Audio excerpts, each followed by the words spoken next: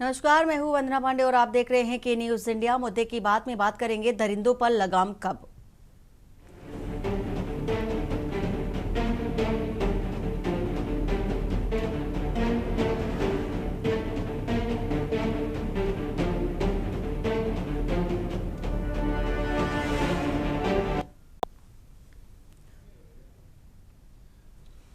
उत्तर प्रदेश के प्रयागराज से एक दिल दहला देने वाली घटना सामने आई। गंगा पार के बहरिया थाना क्षेत्र में पहली कक्षा की एक मासूम छात्रा के साथ पड़ोस के किराना दुकानदार ने रेप किया। आरोपी ने बच्ची को डराया, धमकाया और जब बच्चे के प्राइवेट पार्ट से ब्लीडिंग शुरू हुई तब परिजनों को घटना की जानकारी मिली। पुलिस ने आरोपी को गिरफ्तार कर पॉक्सो एक्ट के तहत मामला दर्ज कर लिया। वहीं दूसरी ओर बरेली कॉलेज में भी एक छात्रा ने एसोसिएट प्रोफेसर पर यौन शोषण का गंभीर आरोप लगाया। छात्रा का कहना है कि प्रोफेसर ने लंबे समय तक मानसिक और शारीरिक शोषण किया। कॉलेज प्रिंसिपल ने आरोपी शिक्षक को शैक्षिक गतिविधियों से बाहर कर दिया है और 5 सदस्यीय जांच समिति गठित कर दी गई है, जो 8 तारीख को रिपोर्ट भी सौंपेगी। रिपोर्ट के आधार पर कॉलेज प्रशासन कानूनी कार्रवाई करने की तैयारी में है और दोनों घटनाएं समाज को झकझोरने वाली हैं और ये सवाल उठाती है कि क्या हमारे संस्थान और पड़ोस अब बच्चों और युवाओं के लिए सुरक्षित है। प्रशासन से जो कि उपेक्षा है, अपेक्षाएं की जाती है प्रशासन से कि दोषियों को सख्त सजा और पीड़ितों को न्याय मिले। ये दोनों ही घटनाएं बेहद शर्मसार कर देने वाली घटनाएं, चाहे वो बात प्रयागराज की कर ले या बरेली की कर ले। शैक्षिक स्थानों पर इस तरह की दरिंदगी, सवालों के घेरे में शिक्षक भी आते नजर आ रहे हैं। तो जांच समिति फिलहाल गठित कर दी गई है। रिपोर्ट तय होगी, कार्रवाई क्या होगी। अभी आज न्यूज़पेपर के माध्यम से पता लगा कि बरेली कॉलेज बरेली में एक छात्रा ने किसी टीचर के अगेंस्ट जो है कुछ कंप्लेंट की है, तो क्योंकि संज्ञान लिया गया है इसलिए इसमें आगे कार्रवाई के लिए कंफर्म करने के लिए प्रिंसिपल बरेली कॉलेज से बात करके इसमें जो उचित होगा वो कार्रवाई करेंगे। देखिए, मुझे लैंगिक उत्पीड़न समिति की कन्वीनर होने के नाते जांच की जिम्मेदारी दी गई है और एक छात्रा द्वारा एक प्रोफेसर पर बहुत गंभीर आरोप लगाए गए हैं। आरोप लगाना बहुत सरल होता है, तो जांच के बाद ही सिद्ध हो पाएगा कि कितनी सच्चाई है आरोपों में। जांच के लिए दोनों पक्षों को हमने 8 तारीख को बुलाया है और जांच के बाद ही स्थिति स्पष्ट हो पाएगी। टीचर को कोई कार्रवाई की गई है जैसे विभाग की ओर से या कार्रवाई करना हमारा अधिकार क्षेत्र नहीं है, वो प्राचार्य जी का अधिकार क्षेत्र है और कार्रवाई तो तभी की जाएगी ना जब जांच समिति की रिपोर्ट आ जाए और वो दोषी पाए जाएं। पुलिस कार्रवाई देखिए, सब कुछ इस बात पर निर्भर करेगा कि जांच समिति की जांच किस दिशा में आगे बढ़ती है और जांच समिति की रिपोर्ट में हम क्या तथ्य सही पाते हैं। छात्रा ने हमको पत्र दिया है कि एक हमारे हिंदी विभाग के शिक्षक हैं, उनके ऊपर शोषण का आरोप लगाया है और इनके रिसर्च स्कॉलर को हत्या का आरोप लगाया है, जान से मारने की धमकी दे रहा है। जब ये पत्र हमारे संज्ञान में आया, मैंने प्रोफेसर वंदना शर्मा जी की अध्यक्षता में, जो हमारी महिला उत्पीड़न निवारण समिति की संयोजिका है, उनकी अध्यक्षता में मैंने एक जांच समिति 5 सदस्यीय जांच समिति का गठन किया। जांच समिति 8 तारीख को बैठेगी, 3 दिन अवकाश हो रहा है। उसके बाद जो जांच समिति की रिपोर्ट आएगी हम उस पर कार्रवाई करेंगे।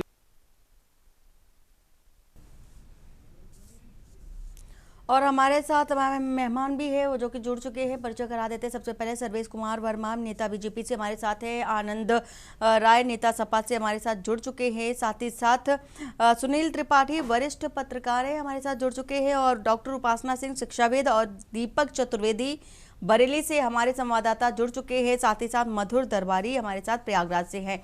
सबसे पहले मधुर, आपके पास आते हुए, जिस तरह से ये घटना घटी है, कक्षा 1 की छात्रा बताई जा रही है जिसके साथ दुष्कर्म जैसी घटना हुई है, पूरी जो वारदात हुई है सिलसिलेवार तरीके से बताइए और अभी तक कार्रवाई क्या की गई है।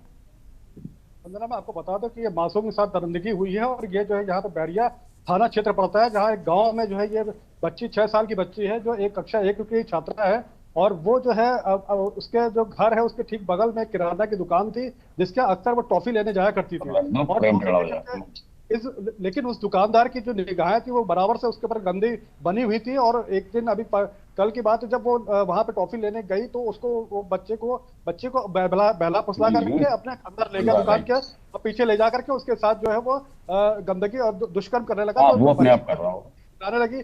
जब वो चिल्लाने लगी तो उसने उसके मुंह पे हाथ रख दिया, और उसको जो है उसके बाद जब थोड़ी देर बाद उसकी ब्लीडिंग होने लगी तो उसको कपड़े से पोंछा उसने, और पोंछ करके उस बच्ची को चाकू दिखा करके डराया धमकाया, और बोला कि अगर किसी को तुमने बताया तो तुम्हें जान से मार देंगे। और उसके बाद उसको टॉफी दे करके उसे घर वापस भेज दिया। बच्ची डरी सहमी जब घर पहुंची, और घर में जा करके वो अपने परिवार को, उसने कुछ भी किसी परिवारजन से कुछ नहीं बताया डर के मारे, और जा करके वो सो गई। जब सोने की थोड़ी देर बाद उसको देखा गया तो उसके जो है बिस्तर पर देखा तो ब्लीडिंग हो रही थी, उसका जो प्राइवेट पार्ट था वहां से ब्लीडिंग हो रही थी। तो परिवार के जो जितने भी परिवार के उसके जो सदस्य थे वो एकदम सन्न रह गए, और उन्होंने जाके बच्ची को जगाया, और जगा कर उससे पूछना चाहा तो वो काफी डरी सहमी हुई थी। उसने कुछ भी बताने से इनकार कर दिया। लेकिन जब उसको काफी बहला फुसला करके उसको कहा गया कि कोई डरने की बात नहीं, बताओ, तो उसने पूरी अपनी जो बात बताई कि उसने कहा कि मैं अंकल के यहाँ गई थी दुकान पे, और जाकर के वहां पे टॉफी लेने गई थी, और अंकल जो है मुझे बहला फुसला करके पीछे ले गए, और पीछे ले जाके उन्होंने मेरे साथ जो है गलत काम किया है, और उसके बाद जो है मुझे डराया धमकाया, चाकू दिखाया है, और उसके बाद कहा है किसी को बताओगे तो तुम्हें जान से मार डालेंगे। इसके बाद जो है वो परिजन जो है तुरंत में जाकर उन्होंने पुलिस में शिकायत की, और शिकायत करने के बाद जो वहां पुलिस हरकत में आई, उसने आकर के उस आरोपी को जो है गिरफ्तार किया। पॉक्सो एक्ट के अंदर उसका जो है केस दर्ज कर दिया गया।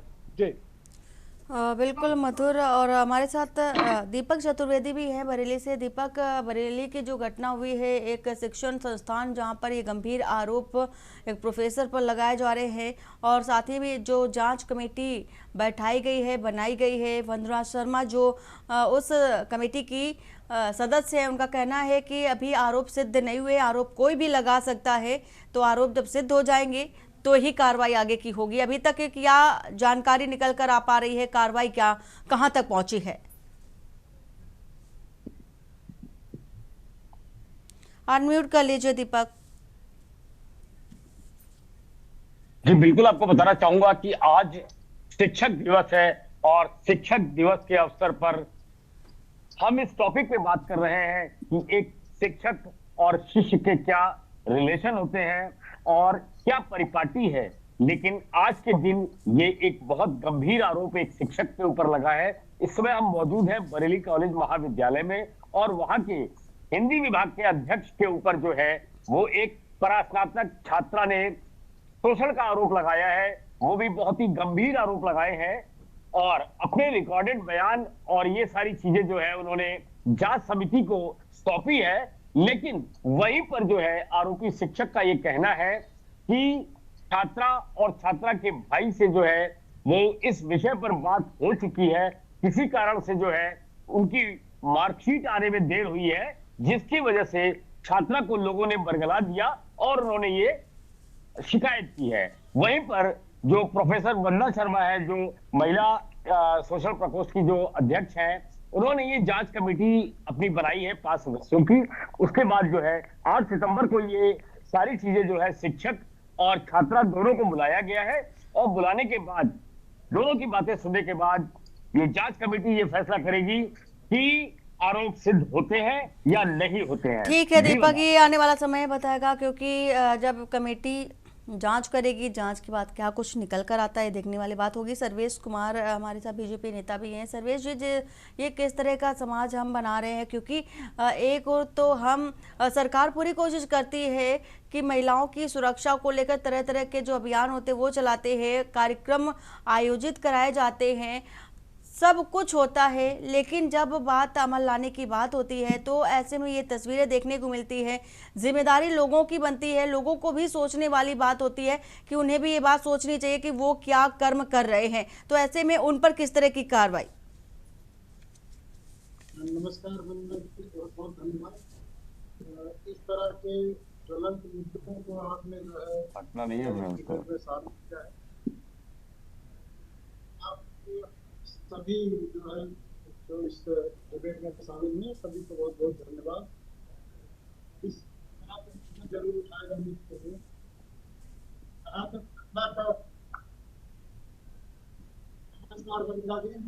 सर, आपकी आवाज बहुत धीमी आ रही है।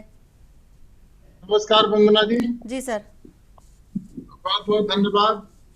इस तरह के डिबेट जो आपने आयोजित किए हैं, और इसमें सम्मिलित सभी साथियों का भी बहुत बहुत धन्यवाद। ये ऐसा मुद्दा है जिसपे हमारी सरकार जो है बहुत त्वरित एक्शन ले रही है। मैं कल की एक छोटी सी घटना बताना चाहूंगा। अयोध्या में तारुण ब्लॉक में इसी तरह की एक घटना सामने आई। शाम की घटना है और सुबह सुबह ये खबर आ गई कि रात में ही उस आरोपी को, जो जिसका आरोप सिद्ध हुआ था, उसको तुरंत जेल भेज दिया गया और शिक्षक को तत्काल जो है निलंबित कर दिया गया। तो हमारी सरकार पूरी तरह से सजग है। इस तरह के जो भी प्रकरण सामने आ रहे हैं, माननीय योगी जी का एकदम नो टॉलरेंस की नीति है। हमने कई बार देखा है कि अगर घटना वास्तव में सत्य पाई जाती है तो तत्काल उन्होंने संज्ञान लिया हुआ है और हमारी सरकार संज्ञान ले रही है इस बात का, और कठोर से कठोर कार्रवाई की जा रही है अपराधियों के ऊपर। ये चिंता का विषय है। और जो घटनाएं घट रही हैं वो एक तरह की कुरीति है, मानसिक कुरीति है। मानसिक कुरीतियों को लेकर के जो समाज में इतना लोगों के अंदर दिमाग में गंदगी फैली हुई है, जो इस तरह के लोग हैं, कुछ परसेंट लोग ही हैं जो इस तरह का काम कर रहे हैं। इन लोगों को देखना पड़ेगा और जो अड़ोस पड़ोस के लोग हैं उनको भी जागरूक रहना पड़ेगा, ताकि इन लोगों को समय से, घटना से पहले ही, जो हमारी बच्चियों पे इस तरह के गलत नजर डालते हैं, इनको सही से सबक सिखाया जा सके। और मैं आपको विश्वास दिलाना चाहूंगा, सभी प्रदेशवासियों को विश्वास दिलाना चाहूंगा, मुख्यमंत्री श्री योगी आदित्यनाथ जी जो है इसके लिए एकदम प्रण है, लिए हुए हैं कि इस तरह के अधिकार, इस तरह के लोगों को, इस तरह के विकृत मानसिकता के लोगों को छोड़ा नहीं जाएगा। और इसके बहुत सारे उदाहरण अयोध्या में, हमारे यहाँ, मैं अयोध्या से हूँ, राम मंदिर के पास ही रहता हूँ। हमारे यहाँ ये दूसरी घटना है और दूसरों में त्वरित कार्रवाई की गई। एक घटना इसके पहले हुई थी, निषाद की बेटी को के ऊपर बुलडोजर भी चलाया गया था, और ये कल की एक घटना और है। इस तरह जो इलाहाबाद में, प्रयागराज में और जो बरेली की घटनाएं हैं, मैं इसकी भर्त्सना करता हूँ, निंदा करता हूँ, और पूर्ण विश्वास है कि हमारा जो सिस्टम है, हमारे जो अधिकारी हैं, ठीक है सर, अधिकारी हैं वो कार्रवाई करेंगे, देखने वाली बात होगी। आनंद जी भी हमारे साथ हैं, सपा नेता हैं। आनंद जी, आप क्या कहना चाहेंगे इस पर, आपकी क्या पहली प्रतिक्रिया? देखिए, प्रयागराज और बरेली दोनों दिल दहला देने वाली घटना है। और अभी मैं भाजपा के प्रवक्ता भाई देश जी का मैं सुन रहा था, ये तो योगी जी की माला जपने से इनको फुर्सत नहीं है। सरकार जीरो टॉलरेंस की बातें तो करती है, लेकिन कहाँ जीरो टॉलरेंस चल रही है, कौन सी जगह में, कौन दुनिया में चल रहा है, ये हमको दिख नहीं रहा है। महिलाओं पे अत्याचार कोई नई बात नहीं है, तो सरकार किसी की भी रही हो, लेकिन इस पे सभी सरकारें फेल रही हैं। मैं स्पष्ट कर देना चाहता हूँ, सभी सरकार फेल रही है। और जो कक्षा 1 की छात्रा और उसके साथ ये जो घटना हुई है, ये बिल्कुल दिल दहला देने वाली घटना है। और मैं यही कहना चाहता हूं कि जो सक्षम अधिकारी हैं, माननीय योगी आदित्यनाथ जी, और सक्षम अधिकारी जो भी आपके पास हैं, उस पर कड़ी से कड़ी कार्रवाई करके इनको फांसी तक पहुंचाने का काम किया जाए। ये ऐसे घटना दिन प्रतिदिन भारतीय जनता पार्टी की सरकार में बढ़ती जा रही है। और ये जीरो टॉलरेंस की बात करते हैं, बुलडोजर चलाते हैं, बुलडोजर किसान पे चलाते हैं। ठीक है सर, बुलडोजर सुनिए, बुलडोजर मजदूर पे चलाते हैं। बुलडोजर किसी बड़े आदमी नहीं चलाते हैं, बड़े आदमियों से गबलिया करते हैं। तो मैडम मैं यही कहना चाहता हूं कि जो सरकार है इस पे कड़ी से कड़ी कार्रवाई करके उसे फांसी की सजा। ठीक है सर, आपने बड़ी बात कही है कि सरकारें कोई भी रही हो, लेकिन महिलाओं पर जो अपराध हो रहे हैं वो उनमें अंकुश लग पाना मुश्किल हो गया है, अंकुश नहीं लग पा रहा है। डॉक्टर उपासना सिंह भी हमारे साथ शिक्षाविद हैं। उपासना जी, ये बड़ी बात कही है आनंद राय जी ने जी की सरकारें किसी की भी रही हो, लेकिन जो महिला अपराध हो रहा है, चाहे वो मासूमों की बात कर ले, मासूम बच्चियों की बात कर ले या महिलाओं की बात कर ले, वो दिन प्रतिदिन बढ़ रहा है। क्या कारण मानती हैं आप इसका? बहुत बहुत धन्यवाद आपका मुझे ये मौका देने के लिए कि इस विषय पर मैं बोलूं। और मैं शुरुआत करूंगी अपनी बात का। बहुत मशहूर 2 लाइनें हैं। बर्बाद गुलिस्तां करने को बस एक ही उल्लू काफी था, हर शाख पे उल्लू बैठा है, अंजामे गुलिस्तां क्या होगा। हालत इस समय हमारे समाज की यही है कि कोई भी व्यक्ति शक और सुबह के ऊपर नहीं है, चाहे वो अध्यापक हो, चाहे हमारे आस पड़ोस में रोज नजर आने वाले सब लोग हैं, हमारे घर परिवार के रिश्तेदार हैं। लड़कियां बच्चियां बिल्कुल भी सुरक्षित नहीं मालूम देती हैं। जो छोटी बच्ची 6 साल की बच्ची थी, जो अपने घर के बगल में कुछ टॉफी लेने गई थी, उस आदमी ने उस बच्ची को बढ़ते हुए देखा होगा। वो ऐसा तो था नहीं कि पहली बार ही गई थी और उसको देख के उसके अंदर ये भावना जागी। तो जहां तक बात है सुरक्षा की, मुझे ऐसा लगता है कि समाज में महिला सुरक्षा एक ऐसा ज्वलंत विषय बनता चला जा रहा है जिसका कोई हमें समाधान समझ में नहीं आता है। पिछले दिनों बलिया में भी एक 12 साल की लड़की का बलात्कार हुआ सामूहिक और उसकी हत्या कर दी गई। अब उसके बाद उनके जो अपराधी हैं उनके ऊपर मुकदमा चल रहा है, सुनने में आया है कि पकड़े गए हैं, लेकिन इतनी विभत्स घटनाएं होती हैं। तो मुझे लगता है कि जब तक ऐसे अपराधियों को क्रूर से क्रूर, बिल्कुल क्रूर से क्रूर सजा होनी चाहिए जो नजीर बन जाए समाज में भी, और ऐसे जो घटनात्मक जो आरोपी है ऐसी घटना को जो अंजाम देने की कोशिश करते हैं उनके मन में भी दिलो दिमाग में डर और दहशत का माहौल भी बने। सुनील जी, सर आप क्या कारण मानते हैं ये इस पर अंकुश क्यों नहीं लग पा रहा? तरह तरह के अभियान भी चलाए जा रहे हैं, जन जागरूकता रैली भी निकाली जाती है, सब कुछ होता है, बावजूद इसके जो भ्रष्ट मानसिकता है उस पर अंकुश अभी भी नहीं लग पा रहा है। देखिए वंदना जी, मैंने अपने जीवन की पत्रकारिता में देखा हूं कि 10 साल से जितना इस तरह की घृणित घटनाएं घटित हो रही हैं, बड़ा आश्चर्य हो रहा कि समाज किस तरफ जा रहा है, हमारी बहन बेटियां कितने दरिंदों शिकार हो रही हैं और उस पर नियंत्रण भी नहीं हो पा रहा है। नियंत्रण तब होगा, जैसे अभी हमारी बहन ने कहा उपासना जी ने, कि किस पे हम विश्वास करें। आज तो रिश्तेदार भी आके बलात्कार कर रहा है, पड़ोसी बलात्कार कर रहा है। ये मानसिक विक्षिप्तता लोगों के अंदर आ गई है, इसको कैसे बदला जाए, ये एक अहम प्रश्न है समाज के लिए, सरकार के लिए। जिस मुद्दे को आप लेके आई, मैं धन्यवाद दे रहा हूं के न्यूज को। के न्यूज छोटे छोटे मुद्दों को, जो जनहित मुद्दे हैं, उठा करके बड़े मुद्दे बनाकर सरकार तक पहुंचाता है, इसके लिए आपको धन्यवाद। मेरा व्यक्तिगत मानना है कि सबसे ज्यादा सोशल मीडिया कहीं न कहीं इसमें अहम भूमिका निभा रही है। जो मोबाइलों पे सेक्स परोसा जा रहा है, मैं बार बार कहता हूं, सरकार ने हालांकि हम लोग आवाज उठाए तो कुछ ऐसे साइटें थी उनको बंद कर दिया गया, लेकिन आज भी मोबाइल पे आप देख लीजिए, जो आप देखना चाहें सब उपलब्ध है। छोटे छोटे बच्चे मैं देखता हूं पार्कों से लेकर के सड़कों तक देखते ऐसे पिक्चरें आ रहे हैं जो समाज के लिए बहुत घातक है। जैसा व्यक्ति देखेगा उसका मस्तिष्क वैसे ही बनेगा। ये भी कहीं न कहीं इसमें अहम भूमिका निभा रहा है। इससे पहले न मोबाइल थे न सोशल मीडिया थी, और मैं दावे के साथ कह रहा हूं, मैंने वो दौर भी देखा है कि अगर एक गांव की बेटी दूसरे गांव में शादी हो जाती थी, किसी जात धर्म हो, तो उस गांव में लोग पानी नहीं पीते थे, वो भी इस भारत के वासी थे। आज क्या स्थिति हो गई समाज में हमारी बहन बेटियों की। रही सरकार की बात, मैं सरकार को दोस्त कतई नहीं दूंगा, क्योंकि जो अपराधी अपराध कर रहा है, भी राजधानी में घटना हुई, ऐसे ही सुबह उसका एनकाउंटर हो गया। हमारी पुलिस और योगी जी दोनों महिलाओं के लिए गंभीर है, लेकिन समस्या इस बात की कि समाज से हट के तो हम जा नहीं सकते। हमारे घर में आने वाला, हमारे बगल रहने वाला व्यक्ति क्या है, उसकी मानसिकता क्या है, कोई पैरामीटर तो हम रखते नहीं है। उस पैरामीटर से आकलन कर रहे हैं कि ये हमारी बहन बेटियों को कैसे देख रहा है। घटनाएं घटित होती हैं, पुलिस एक्टिव होती है। वंदना जी, एक घटना आज मैं बताना चाह रहा हूँ, सीतापुर जनपद में थाना रामपुर कला पड़ता है, 500 मीटर दूर पे एक नौजवान की हत्या करके लाश डाल दी जाती है और अभी तक मुझे गिरफ्तार नहीं हुए।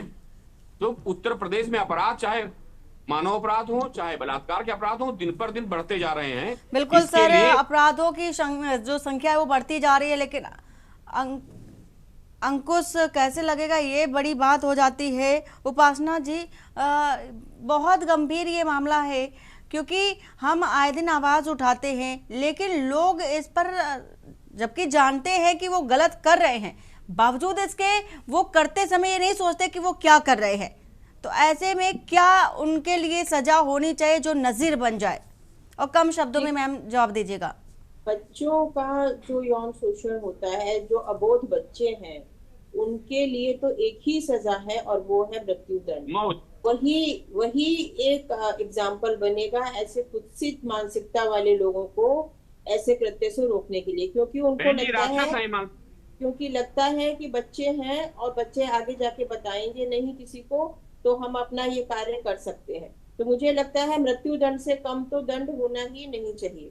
और बाकी जो बड़े समझदार बच्चियों के साथ इस तरीके का होता है उसके लिए जांच होनी चाहिए, और जांच के बाद अगर दोषी पाए जाए तो निश्चित तौर पे उनको कड़ी से कड़ी सजा मिलनी चाहिए और लंबा नहीं खींचना चाहिए मुकदमा, एकदम जिसे कहते हैं त्वरित अदालत के तहत जाकर बिल्कुल मैम, निवारण होना चाहिए। बिल्कुल मैम, त्वरित कार्रवाई होनी चाहिए इस पर। और माफी के साथ आप सभी को रोकना चाहेंगे। बहुत शुक्रिया हमारे साथ जुड़ने के लिए आप सभी का। फिलहाल ये जो खबर थी बेहद झकझोर कर देने वाली थी। दरिंदों पर लगाम कब है सवाल अभी भी है, क्योंकि ऐसी स्थितियां जो ऐसी घटनात्मक खबरें आती है, सवाल सभी के जहन में होते हैं कि आखिर इस पर लगाम कब लगेगा।